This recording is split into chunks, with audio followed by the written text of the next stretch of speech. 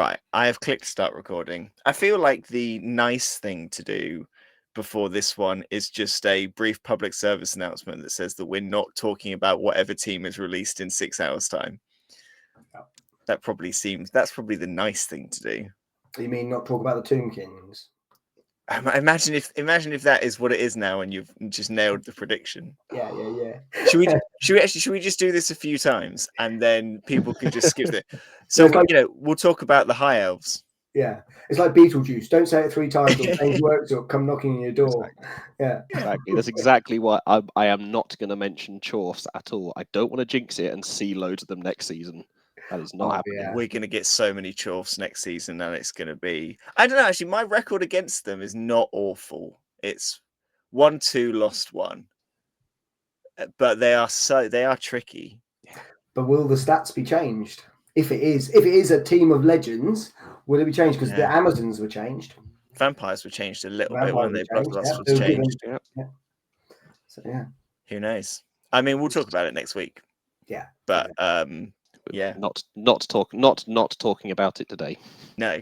So anyone who just is listening because we released this on a Thursday morning, and they're assuming that we've been up until 3 a.m. in order to record the podcast and do it, you guys can just turn off now. Yeah. Hit like and subscribe. Hit like, comment, follow, and whatever. Do all that, and then go listen to Richard Osman's That's Entertainment or something. Go listen to something else. Yeah. Are you going for a new paid partnership there, Chris? Yeah. I want Richard Osman on as a guest because I don't know. He seems like you could persuade him to play Blood Bowl. Maybe he's too busy.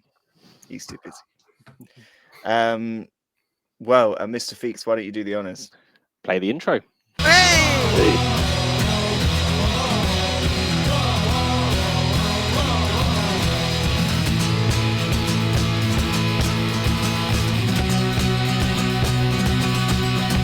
Okay. Hello, everyone. Welcome to New Dice Please, the bite-sized Blood Bowl podcast brought to you by the people at Blood Bowl Live. My name is Chris. I am joined this week by Mr. Tom Hovell. Tom, oh man, I didn't prepare anything. Normally I prepare something. I'm so lost. I don't know. Favorite fruit juice? Umbungo. I'll allow it. I mean, is that squash or is it juice? That's juice. What's the difference? Squash is something you have to fill afterwards, isn't it? Oh yeah, actually, no, Bongo will be juice. Okay, all right, I'll give it to you. No Scott Bryant this week, as you can tell by his glorious portrait in the corner. He is having a jolly in Ireland, so I'm sure he'll listen to this with a hangover tomorrow. But instead, we are joined by a good friend of mine who's come along to give us his Blood Bowl hot takes. Cue the flash of hot takes and the explosion that I think I did last time. Who is he? Well, he is the champion of a Mid-Suffolk Dice Scream. He is the champion of the Nottingham Challenge Cup, showing off his trophies right now. He is the current top chump from the Chumps United Blood Bowl series. Plays in not 1, not 2, but 3 different leagues around Nottingham. And the only person that I have ever met to be kicked out of a club for going for a poo, it is none other than Mr. Tom Feakes. Tom, thank you so much for joining us. Hello. I was genuinely considering putting a bet on how long it would take you to mention that story. So the fact you've got it out in 1 minute is quite impressive, Chris. Well done. Having come second to you in 2 different tournaments, I felt I had to just get a dig in just at the end after listing your accolades. Yeah, that's fair. Just knock me down a peg. Well, Tom is going to give us his 3 Blood Bowl hot takes. I'll be interested to see kind of what teams and stuff appear, because I know that you play Khorne and Skaven, and you've now got Elven Union as well, and Black Orcs. So I'm interested sort of which ones of those will turn up. So without further ado, Tom, did I ask you your favourite juice? No, you didn't. Apple and mango. Okay. Yeah. I'll take it. Yeah. Why don't you go ahead and give us your first of your 3 hot takes? You mean the fruit juice wasn't one of them? That was hot take number 1. That's hot take. That's hot take number 0.5. Yeah, there you go. It's a little bit of a warm-up one. Yeah. So I had about 6 of them, and I've now whittled them down to 3. But I may have some honourable mentions at the end if I get around to mentioning them. Cool. First one is hypnotic gaze makes no sense. Oh. Now, what I love about this one is I'm just going to lean back and let Tom ask you why he can dismantle this particular particular argument, being a prolific vampire coach himself. Feakes, why don't you justify yourself first, and then I'm just going to let Tom take this one. That's fair. So it started off, I've had a couple of just painful matches against vampires, to the point where there were just it was not a loss where you had fun, it was a loss where it was painful, and the sort of match where you consider conceding halfway through. And it got me thinking, it's like, are they a little bit overpowered? Was it how I was playing? And when you look back at a match and think about it and review it. And my argument is, hypnotic gaze, it makes no sense doing the edge test on your own player, because your player has got to look in one direction. Surely the edge test should be on the other player to see if they can avoid looking at you. So thematic, and admittedly, as a Skaven coach, that would benefit me more than some others, but that's besides the point. Okay, I see part of the argument there, Tom. Yeah, I suppose they do try and counter argue that by saying, if you've got people around them and you're next to them, then that adds on. So you have to keep adding on, a bit like a tackle zone, effectively. But yeah, vampires, for me, I think it's a really good introduction skill, because they are pretty flaky when it comes to other things like bloodlust. So that's the kind of thing. You've got a bit of a kind of a to and fro. It adds a complete dimension. So I love it on making the opposition think. I've had it happen to me, and you're quite right. It completely decimates a cage.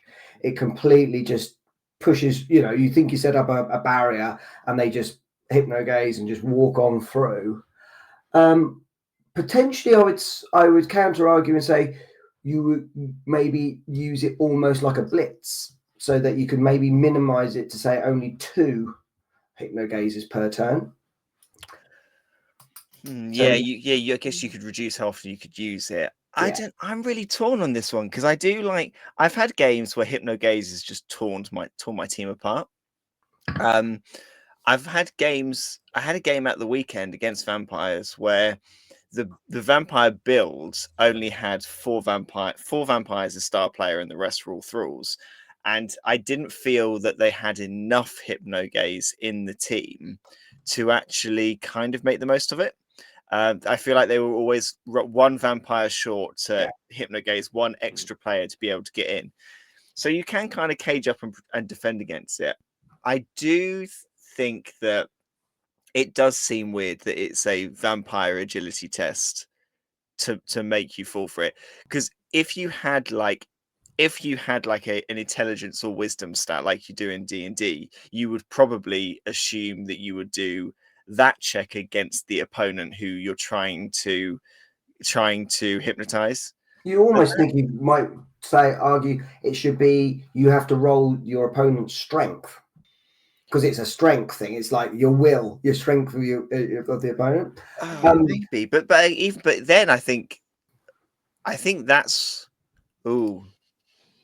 I don't know, because then you would never be hypnogazing a Minotaur, would you? That's the thing. The other thing I would say to argue for it, that it is good, is that you can't move the player afterwards. So that the activation, and that can definitely put you in some precarious positions. Because you've got, as Chris has quite rightly said, you've literally got a maximum, let's be honest, of 4 vampires on a team. Any more than that, you're killing yourself anyway, because you're just eating all your thralls, and your thralls have gone. So it's that balance, really, I suppose. And also, for me, 9 times out of 10, I've got 2 runners on there, and those runners are pretty flaky when it comes to their armor. I think they've got armor 8, so they're like elves, and sticking running up to say an orc, for example, and hypno-gazing them next turn and go straight back at you. The cheeky bit about hypno-gazing is that tagging all the people you've hypno-gazed. So I've done it in the past where you've hypno-gazed, say, 4 people or even 3 people, and it's the responsibility of your opponent to unhypno-gaze. That to me, easy to forget, is just super cheeky, because even if you just go, okay, well, you get in the heat of the moment, and they go, oh, that's a 3-die kind of block, and throw 3 skulls and a both down, and they're like, oh no, I've screwed up there, haven't I? So yeah, there's a lot of little things, but as I've always said, vampires, you need to be an accountant to know every little thing that they've got. Yeah, I think that they are. I've never played them myself, so saying this, I've never experienced it myself. They come with a lot of admin, is what I say. So there is a lot to keep track of, and I'm not anti-hypnogaze. I feel like it needs just a slight tweak to balance it out a little bit more to prevent the waltzing through your defense. If you and changed it's just the it, thematic nature of it. If someone's trying to hypnogaze me, I'm going to try and avoid it, not them trying to look at me, if that makes sense. So if you were to change it, what skill check would you make the opponent roll? Because I'm thinking, for example, like as a lizard coach with a 4-man cage, for example, against vampires, if it was an edge test for me, suddenly making my cage entirely out of skinks would weirdly reduce the likelihood of it being hypnogazed, because it's an edge 2 test. Sauruses are all edge 5, so they're pretty much always going to fail the hypnogaze. So what check would you just do? A contested roll? Like, what check would you choose? I've kind of stumbled a lot of this because I don't really know. But the one that makes sense is an edge test, and maybe it's a part to introduce the contested rolls to see whoever rolls higher, and then whether it's a pass or fail, I don't know. I suppose also there isn't an opposite skill, is there? A lot of the things have got opposite skills. Like even block is, you both have block, both down, bang, don't really do anything. It's not the fact that you can both have hypnogaze and you basically stare at each other and counteract it. So yeah, maybe a trait that gives you some kind of like strong will that means you cannot lose your tackle zone for whatever reason.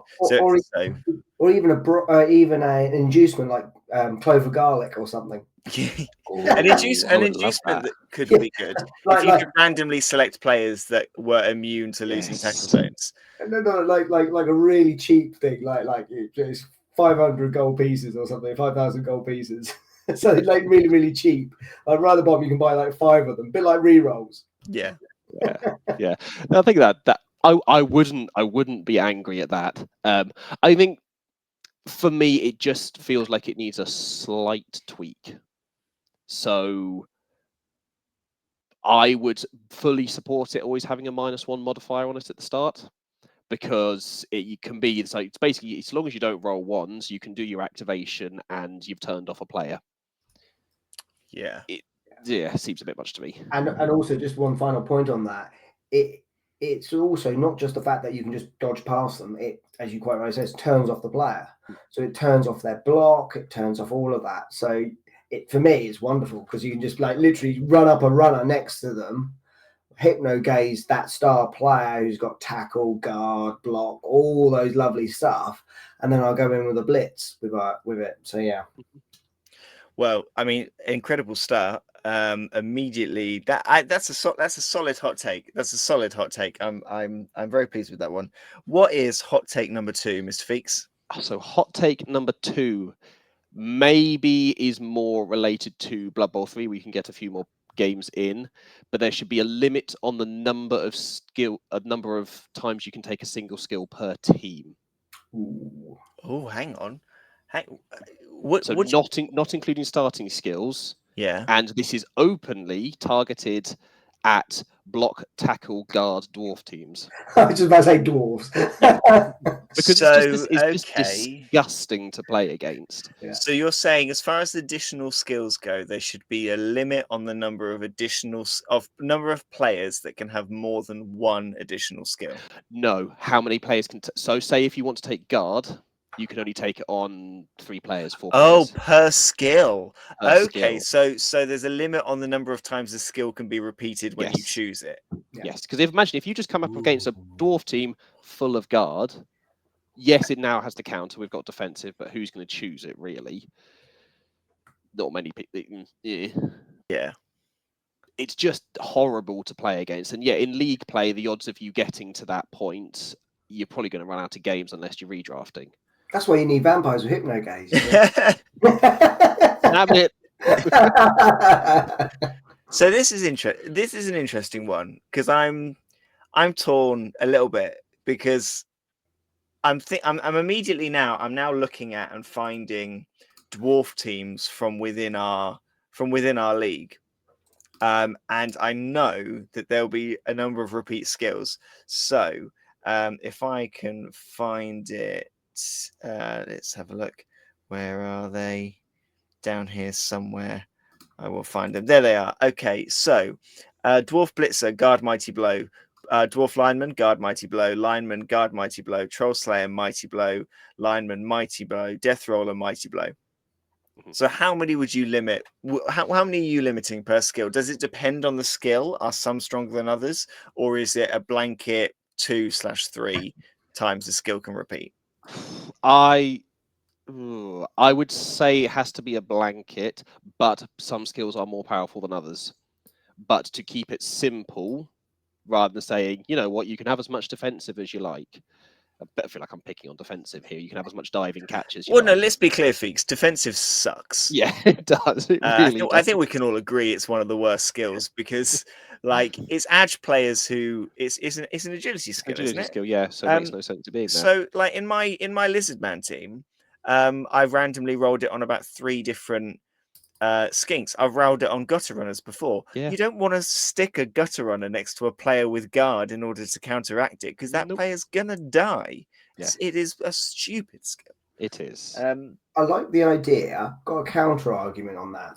So how about a bit like if you double up your skills on a single player?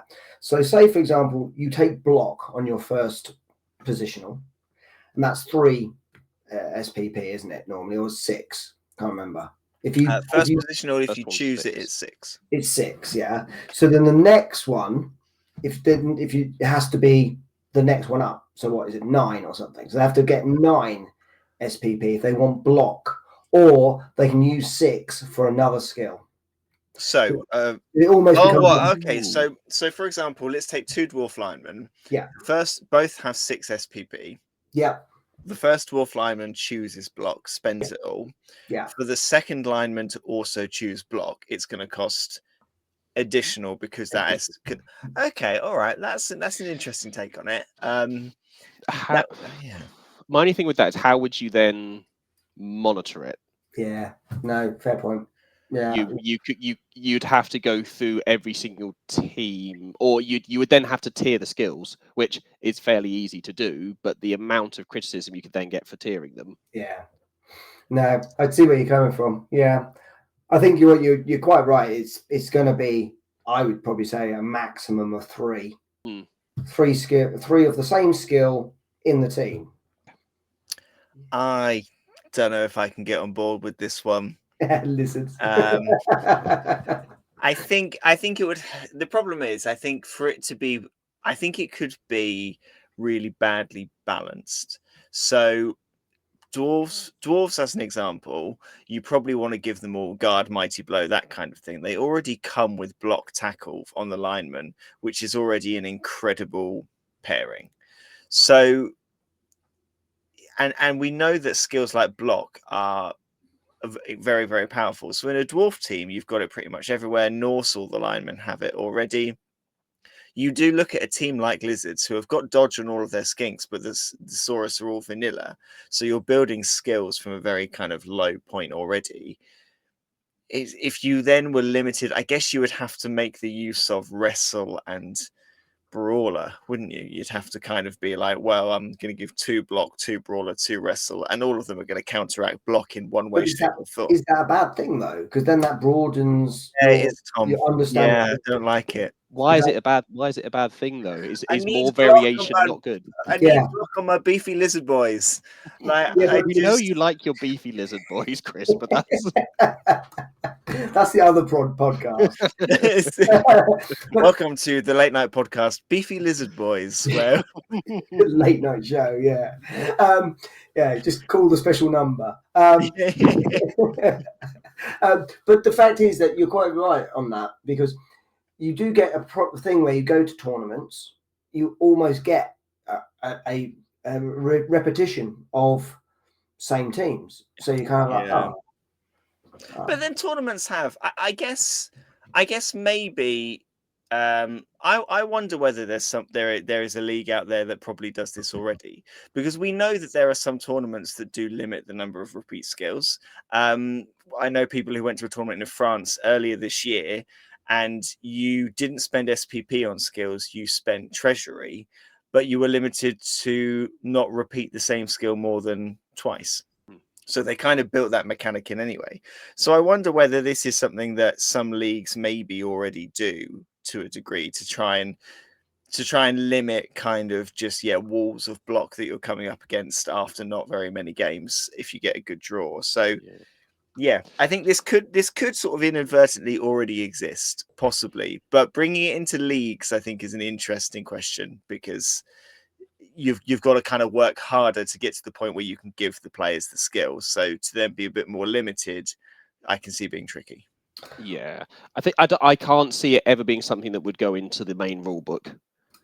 You hear that, GW? Do not put this in the rule book. Whenever you release Volume 3, don't do it.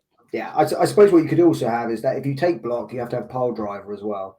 Pair the good skills with bad skills. Yeah. Okay. Everything has a massive nerf. Yeah, everything. Yeah. Okay, that's another solid one, Tom. That's 2 for 2. That's a very good run. Bring us home then. Hot take number 3. What have you got? This is probably my most contentious one. Okay. Fouling needs to change. Okay, in what way? So, it's a part of the game. I'm not someone that I'm not a goblin coach. Is probably the best way of describing it. So fouling for me is a bit irritating, but there is a tactical. I understand there's a tactical element to it. What I've been in games where players have fouled basically every single turn, and that just gets really frustrating to play against. And it may just be a personal thing, but there's a thematic part to it as well. My thoughts are, don't take fouling out of the game at all. It's a part of it. There's a tactical side to it. A game I played a few weeks ago, the guy fouled my gutter runner. Made complete sense because he was only prone. It was 1-0 last couple of turns. He was still a scoring threat whilst he was on the ground. He had to have his armor broken. Completely get that. Makes sense for a foul. My argument would be, you've got a massive crowd watching you.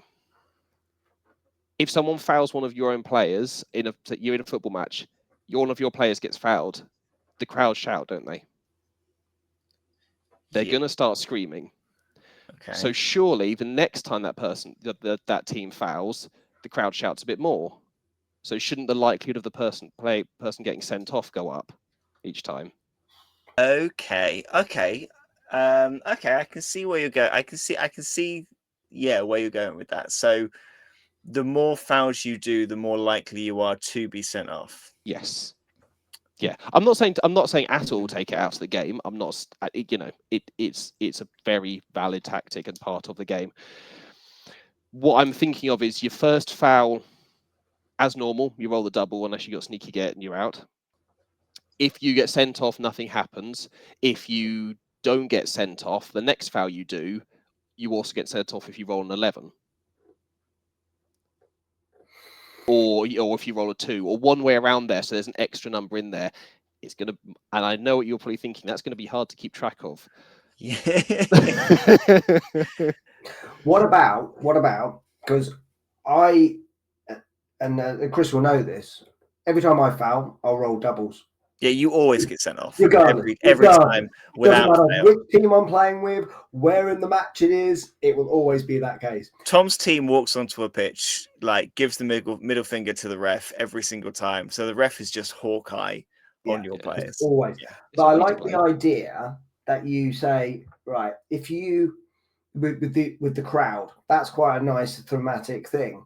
So how about this? Keep the doubles as it is, right? Then when you argue the call, not only if you roll a 1 you get sent off, but your player gets injured. Ooh.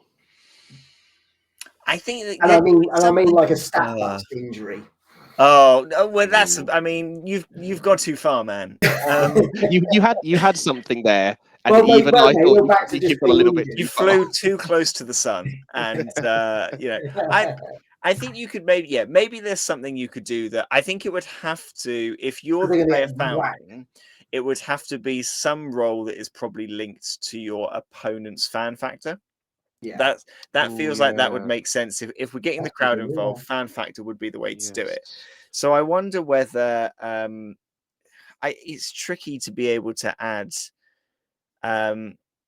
additional things to it. Maybe instead you do it more on a kind of turn basis as to how far through the game that you are, and therefore how wound up the crowd has got as the game goes on. So maybe fouling in the first half is relatively standard, but fouling in the second half, there's a way that you increase the jeopardy. But don't you feel that the recent change from not being able to move away from the player is a bit of kind of evening up a bit? Because if you think about it, you've got goblins. Goblins are squishy little things. If they're running up, and I don't think you were fouled because you had a prone gutter runner. I think you were fouled because you had a gutter runner. That's true. Yeah. and the fact was that I think with those, the ones that are more likely to foul are usually your weaker players. So you get up and smack them anyway. I think the issue is this mainly impacts goblins, doesn't it? Because we know that they are the biggest foulers with the most secret weapons. So anything where you're going to get sent off, or the chance is going to increase. Maybe snotlings a bit, yeah. These are the teams that we're going to kind of hurt, and we know that goblins have been hurt a lot, and aren't as good for a number of reasons. I think I'm just struggling with what mechanic you would use to kind of make this work. I think that's my problem. I wonder whether no, I don't know. I think it's just the mechanic of it that I'm struggling. Equally, I'm just trying to remember that was it your Minotaur I fouled off the pitch, but I had to use every single player around it. You did put 8 players around that player. Yeah, well but done. Then that is another thing, because that's putting me at a disadvantage because I've just moved all my players to one side, and that's the thing. So there's lots of different areas around that. I think. So here's an option then, because you've just highlighted a very good point. If you do the foul, you might get sent off. If you've got 5 people assisting you with that foul, surely all of them should have a chance to get sent off. So what if the way of nerfing fouling is to make the people providing the assists have some jeopardy for those players? Ooh. How would you determine if they go off, though? I really like the idea, and it's keeping the football analogy. It's the crowding around the ref.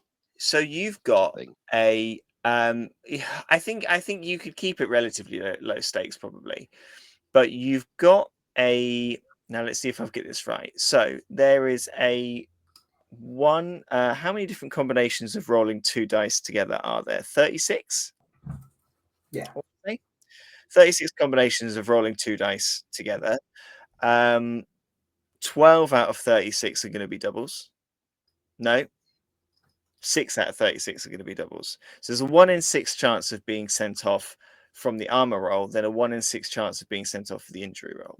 So what if you roll a d6 for each player that, or you probably want to make it a less likely that they'll be sent off. So maybe you roll a d8, looking at the dice we've got in the set, and if you roll a 1 on a d8 for every player that was assisting in the foul, they get sent off. That sounds reasonable. So it's less likely than the person committing the foul themselves, but it's more like, but it means that they are possibly punished for assisting in the foul. Because I was potentially going to mention you roll and you have to go, and if you get less than their strength, equal or less than their strength, then they're off, because obviously they couldn't stand up to the ref.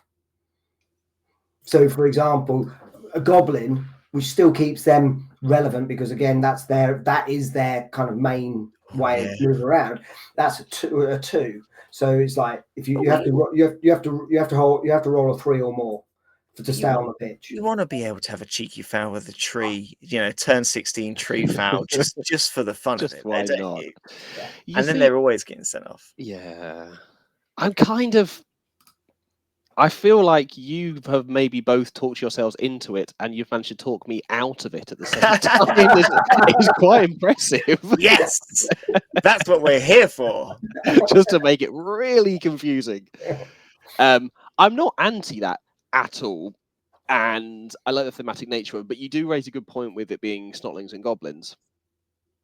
Like goblins, they already get hurt quite a lot. They even hurt themselves with ball and chain Yeah. Exactly. They're so nerfed. If you then took away their ability to foul, what is the point? Yeah. No, I think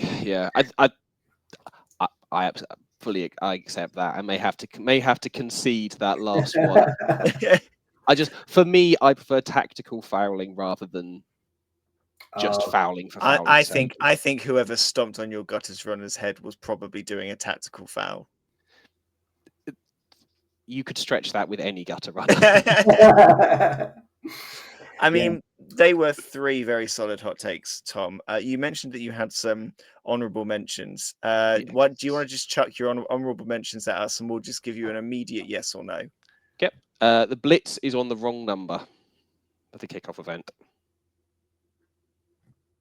Oh, it should be an 11 rather than a 10. So it should be less likely. Yeah. Nah. No.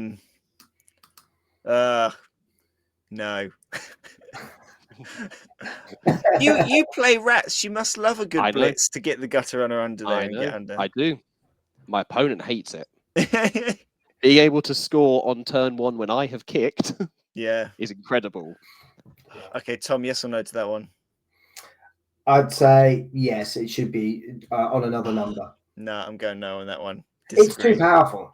It is too powerful. Yeah, I love it when it happens to me. For me, I love it. If it happens against me, I hate it. Okay. Because what are the ones above it? What are the kickoffs on the above it? Pitch invasion and officious ref. Yeah. See, I feel like pitch invasion, with the thematic nature of Blood Bowl, is more likely to happen than a blitz. No, don't like it. No. What's the next one? Next one, Snotlings, low-cost lineman makes no sense at all and shouldn't be in the game, because if they're counted towards your TV, what's the point? You just end up with a massive budget, with a massive treasury, which you can't use in the inducement system anyway. So you get them for free, but then they count towards your TV anyway. But then you can't use it because you can't then use the cash you save because you can't go over the inducement money to use your own money anyway. I don't know with that one. And I'm not saying they should be expensive. I'm thinking like 15k or something like that. So still dirt cheap. They're 15k. Yeah. They're 15k. Like still dirt cheap. It's a funny one, that, because again, the Snotling team is such a difficult one. It's one of those ones which, you've got those tiers, but it's almost like your experience level, I always think if you're going to go for Snotlings, you've obviously had a lot of experience with Blood Bowl, played a lot of games, and now you're potentially pushing yourself because of it, that kind of thing. It's a bit like Old World Alliance, isn't it, Chris? Oh no, Snotling are way better than Old World Alliance. Let's be clear. But yeah, that's an interesting one. I think that Snotlings are quite a specialist team, and the people that I have played against or met who have played them have been very, very experienced coaches. I've never met like a brand new coach playing a Snotling team. So that I don't know. I think you're right. You would end up you end up with you have a massive treasury and a very low team value. I don't know how much difference it would actually make if you kind of cancelled out one or the other. So yeah, no one would buy Kraken Crumbleberry or Morgan Thorg if they didn't have them. Yeah. I can't decide on that one. I'm going to say, yeah, I'll agree. Sure, why not? What's number 3? The last quick one. Oh, number 3. What was number 3? I've deleted it off my list now. Let's come up with one on the fly. That's how important it was. That's how important it was. No, it's gone. Sorry. Great, fantastic. I will message you separately, Chris, and we can talk about it at another time. Perfect. That sounds great. Tom, thank you so much for bringing your hot takes to us this week. It's been an absolute pleasure. Mr. Hovel, I'm going to have to give you all of the responsibility that I normally give to Scott now. So if you want, when we've done this before, when you haven't been here, like we've kind of like pretended to be you, like we've just like disappeared and then come back on, and like, so it's up to you whether you want to do an impression of Scott. I'm sure he would love it. No, I can't. No, this is on the internet. I can't do that. No, that's fair. That's very good of you. If people want to get in touch with us, how do they do so? Yeah, absolutely. So you can obviously comment on the video at YouTube, which is Blood Bowl Live YouTube, and also on Instagram. We sometimes post on there. You can also email us, and that is at newdiceplease@gmail.com. So please let us know what you think. Do you like the new hot takes we've got? Have you got any new kind of hot takes that you want us to answer? That'd be good to hear from you. Perfectly done. And then if people want to see everything else that we do in these little online ramblings in various shapes and form, how do they do that? Yep. So again, we have unfortunately just finished our season. So the latest season has now finished at our Barks and Dragons. But if you want to see live matches as and when they appear, that is on Twitch at Blood Bowl Live. But you can also go back through our season at Blood Bowl Live at YouTube. So go and enjoy. Perfect. Mr. Hovel, thank you very much. Mr. Feakes, thank you very much for joining us. Thank you, everybody, for listening. We have been New Dice Please, and we will see you next time.